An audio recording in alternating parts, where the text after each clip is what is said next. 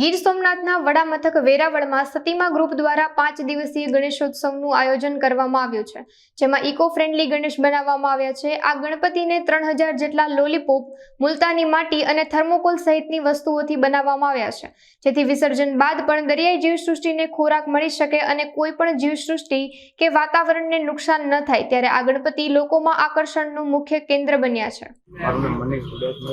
સતીમા ગ્રુપમાં છેલ્લા 12-13 વર્ષથી સભ્ય તરીકે ફરજ નિભાવું।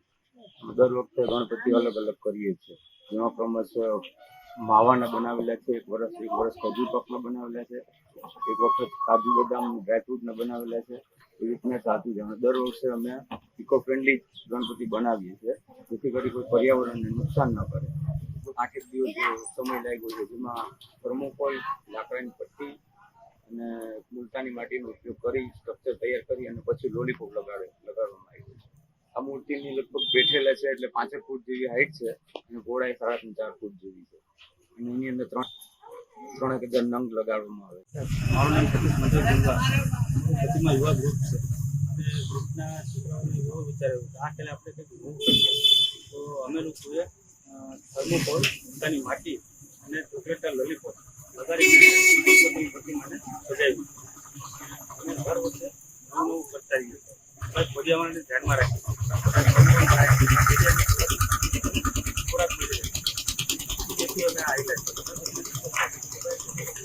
ઇકો ફ્રેન્ડલી મૂર્તિ બનાવો પર્યાવરણને ધ્યાનમાં રહે છે।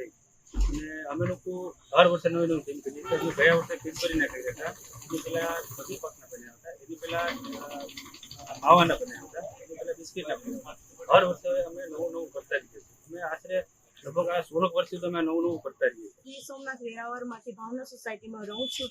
અમારે અહીંયા સતીમા ગ્રુપ તરફથી આ દર વર્ષની જે ઇકો ફ્રેન્ડલી ગણપતિ બનાવવામાં આવ્યો છે, આ વખતે અમારા ગ્રુપના છોકરાઓને વિચાર આવ્યો કે આપણે કંઈક અલગ બનાવીએ, એટલે આની અંદર થર્મોકોલ અને મુલતાની માટી વાપરી અને લોલીપોપનો ગણપતિ બનાવવામાં આવ્યો છે। લોકોની કામગીરી બહુ સરસ છે અને લોકોને એ સંદેશ છે કે અલગ અલગ ટાઈપના ગણપતિ બનાવવામાં આવે છે। ઇકો ફ્રેન્ડલી એ માટે છે કે કુદરતને કે વાતાવરણને કોઈ નુકસાન ન થાય।